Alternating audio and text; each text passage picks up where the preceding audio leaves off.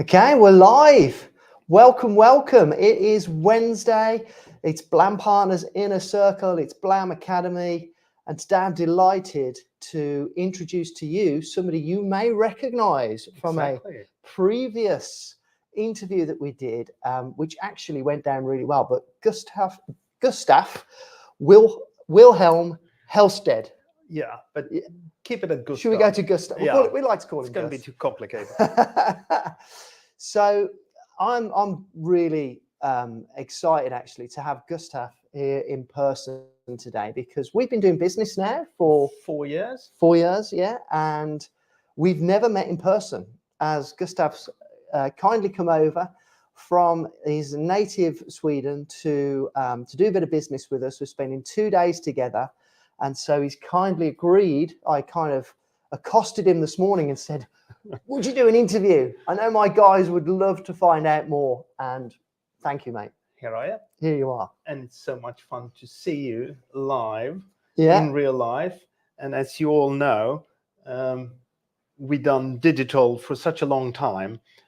And you feel that you know a person, you've met him so many times, but actually you've never seen the person in real life. Never pressed the flesh. But when you and another friend met me at the train station, it was like, yeah, here he is. It's fun, isn't it? It's weird. Yeah. I said at the time, because we do business online and have done for so many years, when you meet somebody, you never know whether they're going to be how you expected. And I've had it a few instances where I've met somebody or somebody's met me, and they've been like, you're not what I expected, even though we'd met so many times. And I think I said to you, I hope I don't look disappointed. But with Gustaf, it was just like I expected. Yeah, well, we laughed from for a second. So it was like I've known you for years. Great. So it was awesome. Anyway, let's crack on with the interview, because this interview could go on for hours. Usually we stick to half an hour, so we've got 30 minutes to stick with. And without wanting to go over some of the old ground, if any of you aren't familiar with the chat that I had with Gustaf, if you look back through whatever platform you're on, whether it's YouTube, Facebook, or whatever, I think it would have been 2022 February time, I'm going to go with. Can't remember. Yeah. And I did an interview with Gustaf where he talked about his story. Really fascinating, really moving, and well worth a look. So what I'll do is, when I finish this live, I'll put a link to that interview so you can find out a bit more. But I think what I'd like to do today is just do a little recap of your sort of the potted history of the entrepreneur that is Gustaf. But then more importantly, one of the other reasons he's over here in the UK today is to tie up his latest book. And the book is ideal if you're an entrepreneur, and I want to dig into some of that. And we will. Fantastic. So to start with, Gustaf, what business did you start in? Well, that's a very good question. We only have 30 minutes. Yeah. But I've been buying and selling I was really more or less an infant. There was a catalog where you could order stuff already then. So I ordered something there and I sold it to my friends, and that's where it started. And then at that time, people were collecting stamps as well. Remember that? Mm-hmm. We don't do that anymore, I think.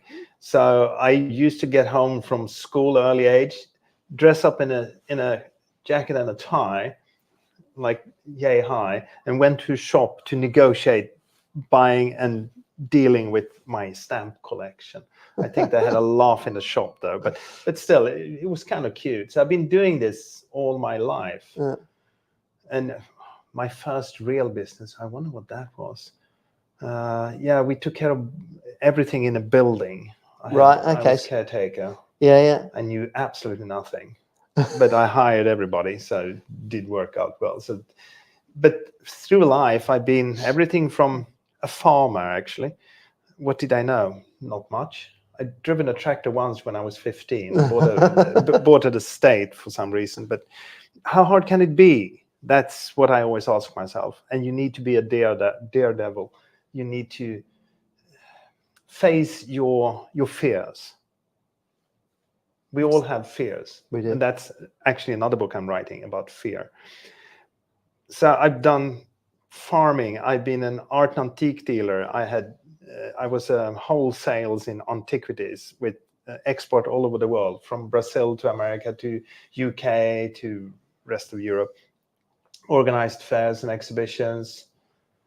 And it carried on. I started my first IT company in 1994.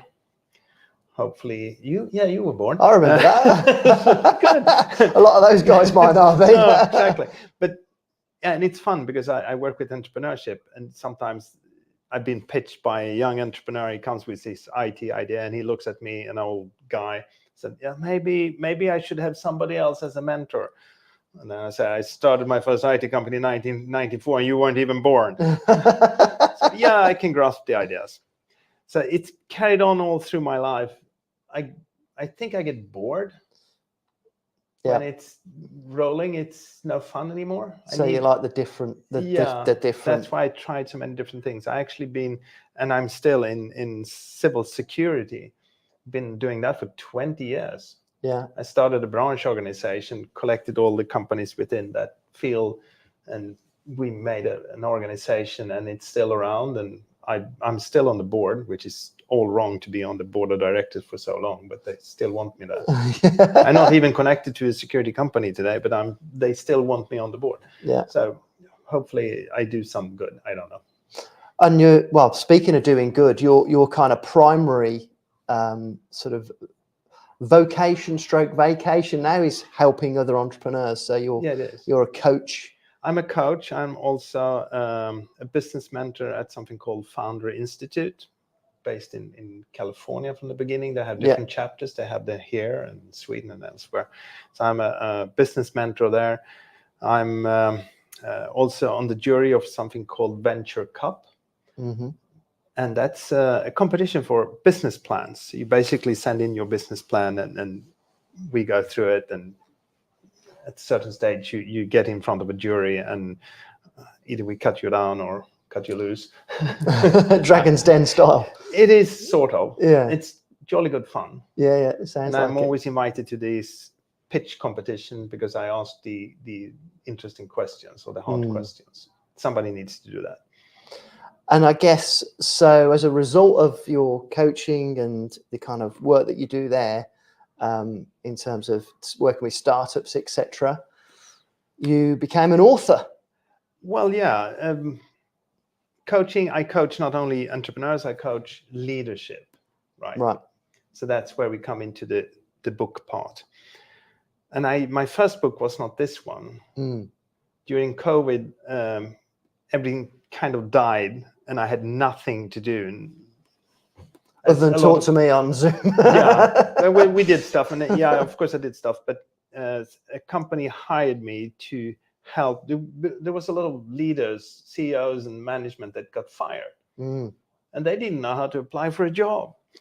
So I became a job coach. Got you. Yeah, I remember that. And I did, I think it was 750 individual coaching calls during 8 months.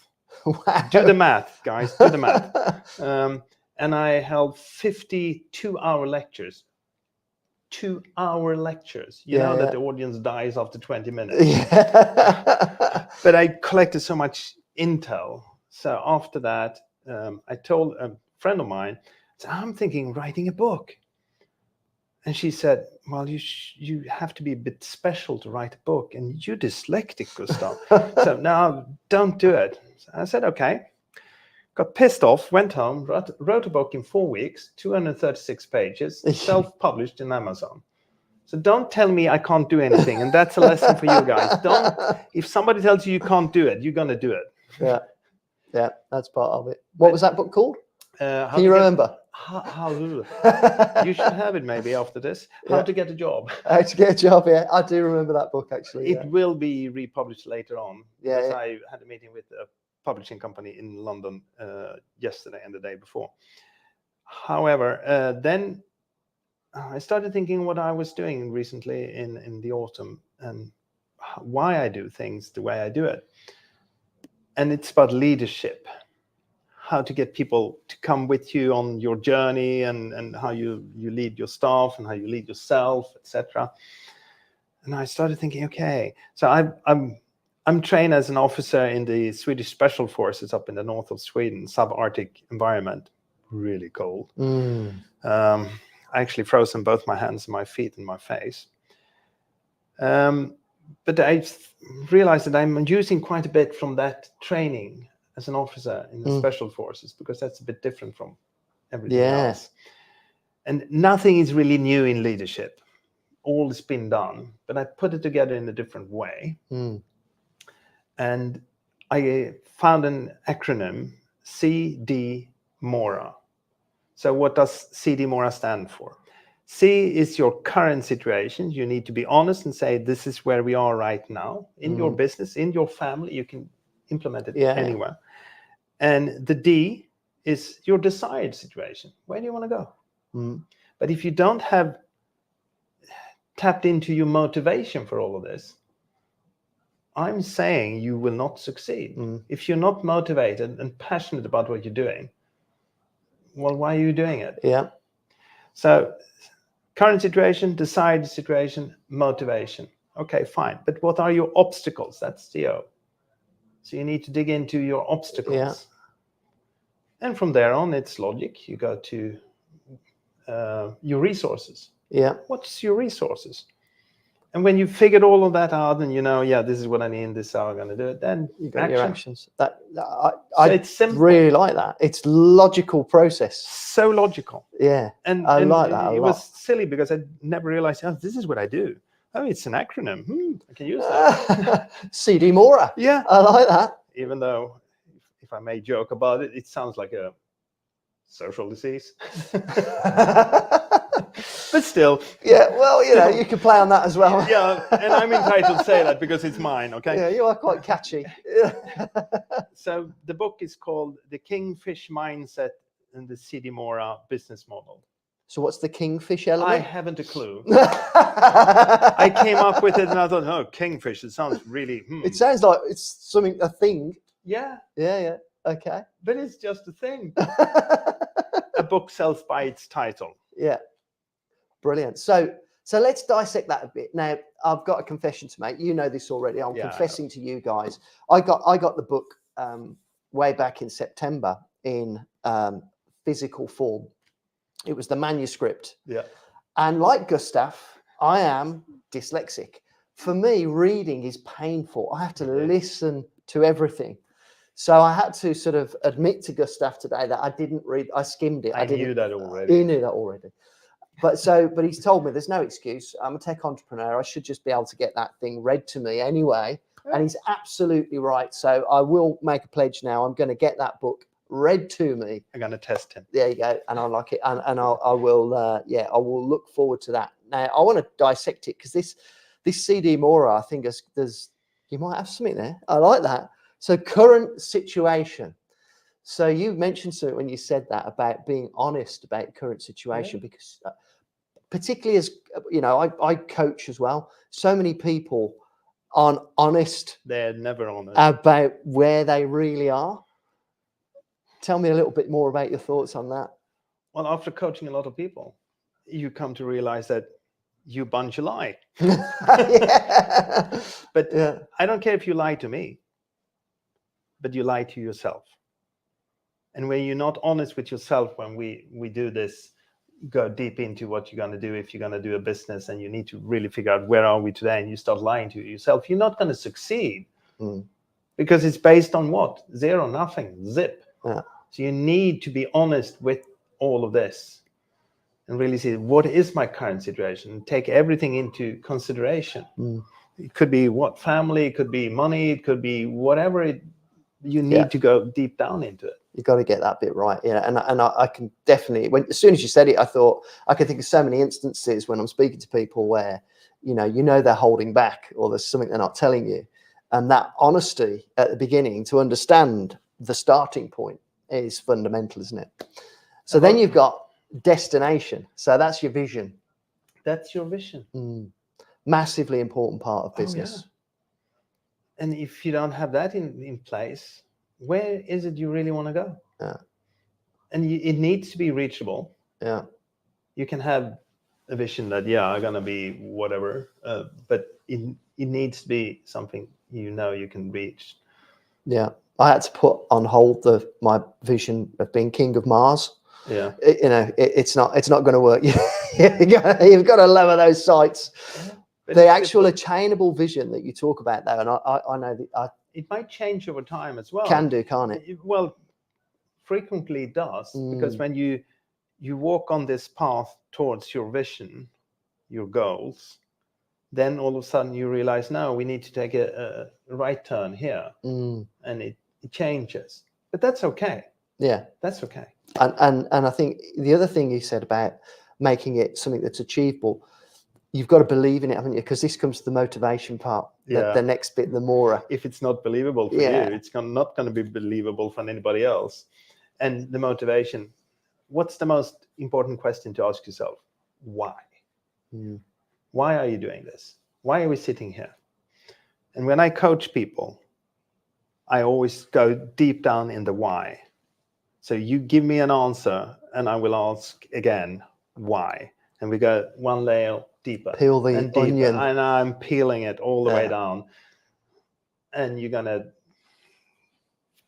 take off your tears. And because that happens. It does. Because why did you become an entrepreneur? I can change this to a different...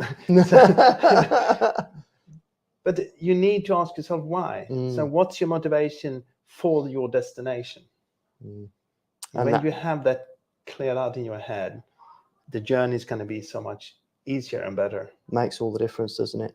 And next thing is, if you have staff on board or people on board, they need to understand that as well. If they're not on board of it, then they just go to a job. Yeah, you want them all aligned on the same mission, the same vision. You want them to feel it, know it. Yeah. So when I coach leadership at bigger businesses, and there I have tons of employees, and I'm sitting with the board, and I ask them, does the guy down there know why he's drilling 40 holes every day? No. If you, as a boss, goes down and say, hey, can I try? What is this? All right, so you do this. Did you know you're drilling this hole? Without that hole, our product wouldn't function. Make him proud of what he's doing. If he feels poorly one day, he knows that his thing is important for everything, and he will feel that he's proud of what he's doing. Most people just go to the job. They don't give a It's interesting, isn't it, how this is tying into something that it's been on my mind quite a bit recently. We talk to our entrepreneurial community, most people that engage with us are business owners, but then you also get people that are they've got entrepreneurial characteristics, but they're employees. And they've not really got aspirations to be entrepreneurs. No. But what you've just talked about, helping them understand some of these philosophies that we deal with in business all the time, can help you on your journey as an employee as well, as long as your employer understands that, we all want to feel motivated. We all want to have our vision. We all want to have our goals. It might not necessarily mean that you're running your own business, but all these things still apply to being a happy human being. They've done a lot of research on employees. So about 10% of employees are engaged at their workplace. And another 10-15% are working against you. The rest don't really care. So if you could skip the ones that are working against you, that's going to take a lot of effort to change that. You will sort them out on the way. However, this huge mass of people, if you can change 10% of those to get engaged, what would that do for your bottom line? And the productivity and everything, and the atmosphere, and the makes life more pleasurable going to work. What's the real working capital in a business? That's the human capital. It is. Humans makes the money. People make the money business. Doesn't make the money here. It's humans makes the decisions and creates this wealth. So that's the wealth in the company. It's the humans. Love that. Yeah, love that. It's something that I'm starting to be more fascinated by. So what do we get next to? Obstacles. Obstacles. Again, Right. honesty. Mm, The tiniest obstacle could make you trip over. yeah. And so identifying those in a Yes. honest way. Yeah. So what would be some examples of that sort of competition, I guess, or the products? Yeah, technology. Yeah, technology today is a lot about technology. Yeah. And you think, yeah, I know this. You don't. Probably. Probably not. And don't be afraid of asking for help to acknowledge what your obstacles are, because you might not be aware of the obstacles. So you need to have a team looking at this and say, yeah, these are our obstacles. Yeah. Because we look at things, we live in different realities. You have your reality, I have my reality, and you guys have your reality. So we look at things differently. So just you sitting there saying, these are my obstacles, won't do it. You need other eyes on it. Yeah, and that's where your kind of network comes in. Your coaching, your mentoring, and then your it's like when network. When somebody starts with my coaching, I always put them down to do a SWOT. Yeah, I did think of that when you said that. On their own persons. Yeah. And then I tell them to ask their close ones, friends, family, to help them do that from their perspective. Yeah. Then you get an honest view of who you are. And if you know who you are, your strengths, your weaknesses, etc. Wow, what a difference. A SWOT analysis, if you haven't heard of it, it's one of the old school business tools. Old school. And I still use it all the time, especially in business startup phase. You know, making a note of all your strengths, your weaknesses, your obstacles and your threats. Sorry, opportunities and your threats. It is. And it's such a brilliant way of analyzing, the business idea. That's the way I use it. And everybody does. Well, a lot of people do it on their businesses, their ideas, etc. But very few do it on their own persons. Yeah, that's true. Who are you? Yeah, a SWOT analysis on your own skill set and your own personality. Yeah, that could be a takeaway from this. Do a SWOT analysis on yourself. I like that. I always say to you guys, I always try and take something away from these kind of meetings. I think that might be the one for me, actually. A SWOT analysis on myself. I like that. The first thing they get from me when they start on my coaching is, homework, do this, send it in. Love it. Okay, so where do we get to? We got to obstacles and then, of course, what are your resources? Resources. R is for resources. And then it's not hardware; it's also software.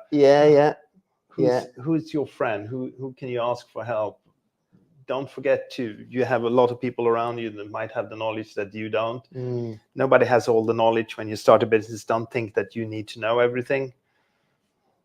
I mean, this comes up a lot. Obviously, the reason Gustaf and I are together today is because of the Number One Club, which is a business that we're both involved in together. That is a network of people that are all high achievers, super successful people. Yeah.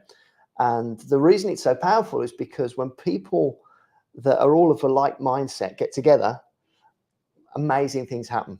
And we're putting together some events for these guys this coming year where we're getting them in a room over a couple of days to give them an experience of something that is unique, as well as being able to connect with each other face to face, just like we are now. Bounce your ideas. You're successful, but you still pitch your business to the rest of the group. Yeah. And you tell them, these are my pain points. What's your take on that? What do you do? And that whole thing about your network is your net worth. Yeah, it's so true. It's just such an important thing. So, as we're talking on this subject, think about who you're spending time with, guys, because when you're asking yourself some of these difficult questions, when you're being honest, you need other entrepreneurs, you need other people that understand you to help get you past these obstacles and get you further. Look outside your own branch, wherever you're working, what branch you're working in, because I've been fortunate to work with so many different things. So I can always take something from there to there. So when you ask for advice, don't just go to somebody who's done your journey. Somebody who's done a different journey. And funny example, I met an entrepreneur and he said, I had this idea, it was biotech, but I ditched the idea. I said, well, why? Well, I asked some people I knew. And so what did they do? I asked. Well, typical, my second cousin, he runs a tobacco store or, you know. Yeah. So why did you ask him? Well, he was close. And he said, I shouldn't do it. So why did you listen? He doesn't know anything about it. Don't be afraid to reach out to people that actually got somewhere in life, because they many times want to bring it forward. They do. Success. They will lift you up. So ask. 100%. I can recommend that. Most entrepreneurs, particularly ones that have been on the journey, are more than happy to give advice. That's kind of why we do stuff like this. Yeah. And they're not overnight successes. No, they do exist, but I don't know anyone. No, I've never met one. But I'm pretty sure they do exist. I think I saw some young kid on the internet that might have. Yeah, might. He's not very happy though. But he was like 12, right? Yeah. But most of us have fallen on our noses quite a few times until we managed to achieve what we were looking for. So 100%. We have experience of bad things. And that's what gives value to the good things, in my view. Yeah. If you don't fall on your face a few times, it's kind of, you lose some of the benefit. You really do. But then I come from Sweden, and Swedes are not forgiving. If you done a bankruptcy, don't talk about that. Really? People want to do business with you. Oh, that is the truth. They won't. If you go to the US, you know, only one. Yeah. What did you learn? Yeah. Because it's about what you have learned from your experience. But some are more judgmental, like the Swedish population. Yeah. Well, I mean, and that's a cultural thing, isn't it? And, it is. But you just to bring it forward.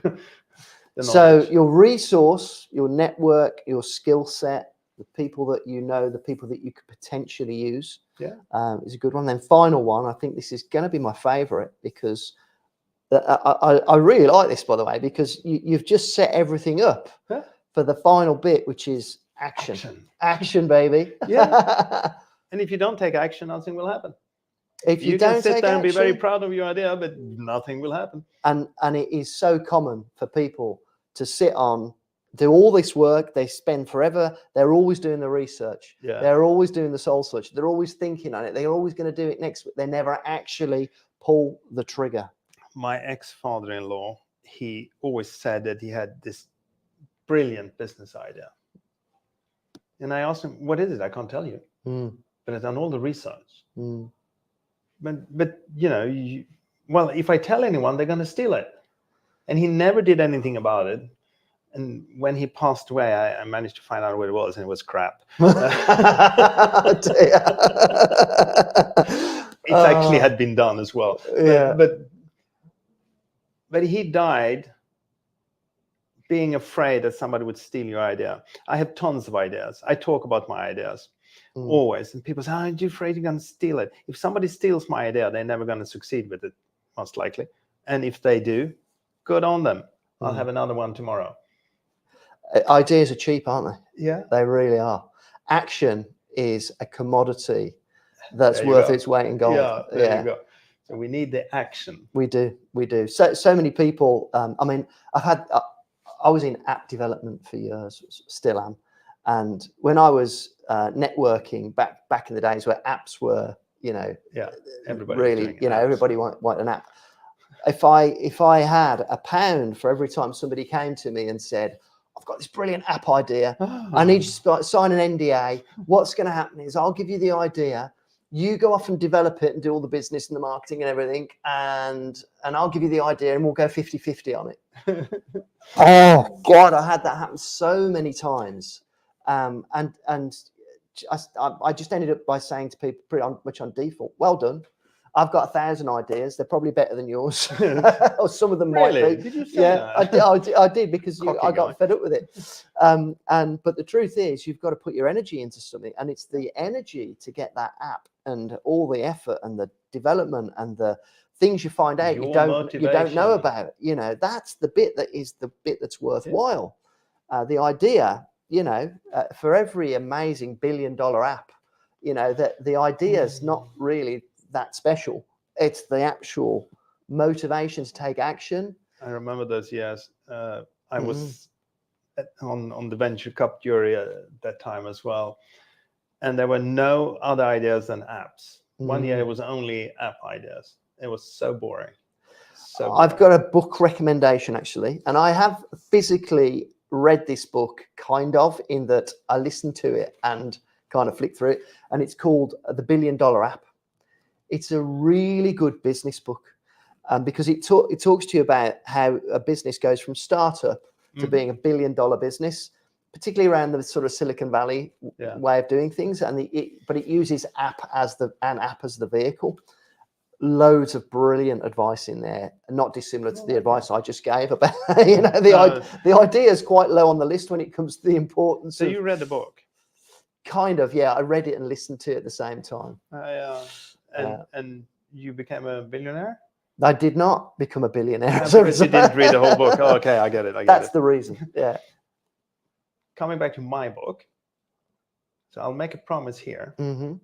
When it's published, and I don't know any dates for that, it's Lid Publishing in London that's going to take care of that, but I'll make sure that your audience is going to get a good discount on that. Discount, there you go. You knew there'd be value in this. We love value, right? We love a discount. Doesn't matter how successful and wealthy you get, you're still always going to love a discount. Yeah. Fantastic. Somebody's going to win a book as well. We're going to do something We'll with it. When get it's published, somebody's check gonna... the thread below. Yeah.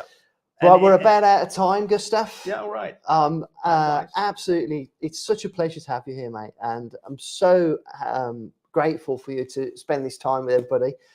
If anybody's got any questions with Gustaf, I think we might have a few coming through. And you can also connect with me on LinkedIn. There you go, LinkedIn. So Gustaf-Wilhelm Hellstedt, Hellstdt. Starts with Hell, so you will remember that. So Gustaf-Wilhelm Hellstedt. So LinkedIn, you're on WhatsApp. Yeah, I'm everywhere. No, not WhatsApp. Sorry, you're on Instagram. Up here, I'll tag you in to the Instagram. The Facebook, you can follow me. Facebook, because it's full, but you can follow me. And for some of the stuff that we're doing with the Number One Club International, tnoci.com. Check that out.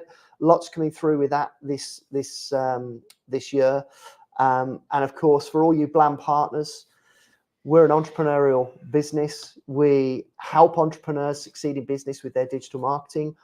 All this kind of stuff is relevant to you, to your business. And don't forget your clients. We're all on this entrepreneurial journey. Yeah.